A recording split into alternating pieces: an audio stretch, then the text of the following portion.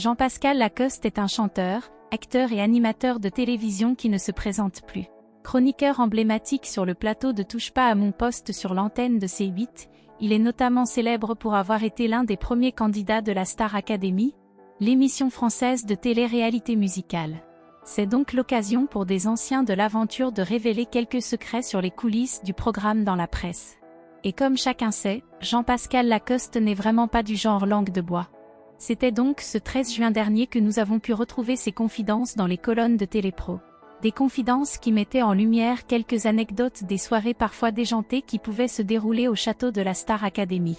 Ce n'était pas la première fois que l'agitateur faisait quelques révélations sur le programme. Mais cette fois-ci, il était question de bisous, de gâteries et de consommation excessive de boissons. Le tout alors que c'est officiel. La Star Academy revient très prochainement sur les écrans de TF1. Jean-Pascal Lacoste en aurait-il trop dit? Ce ne serait pas la première fois. Les premiers pas de la Star Academy à la télévision resteront à jamais gravés dans les mémoires.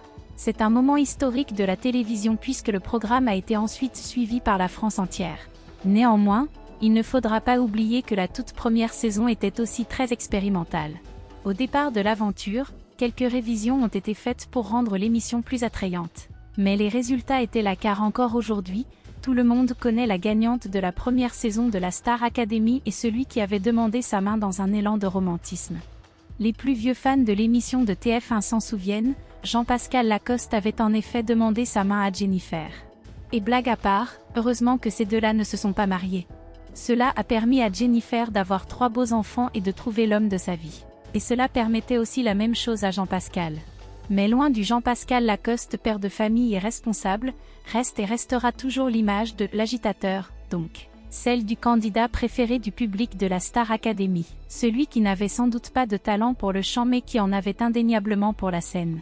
Celui dont le charisme et la sympathie ne pouvaient que le rendre attachant, un personnage fait pour passer à la télévision. Or, le compagnon de Delphine Tellier ne jouait pas de rôle.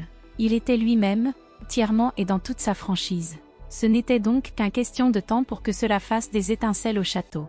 Les gens ont vu 20% de ce qu'on a vraiment fait. C'était un chantier dedans. La Star AC, c'est le Poudlard réel, affirmait Jean-Pascal Lacoste. Un soir, on avait de l'alcool, on s'est mis bien.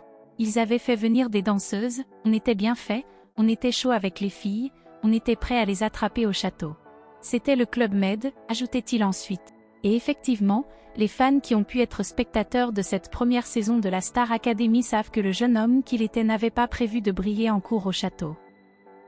Cependant, il tient à préciser que le plus équivoque qu'il ait pu se produire hors caméra ne s'est produit qu'une fois, dans les toilettes. Mario aurait juste eu une petite gâterie dans les toilettes. On n'avait pas de salle CSA, a-t-il dit.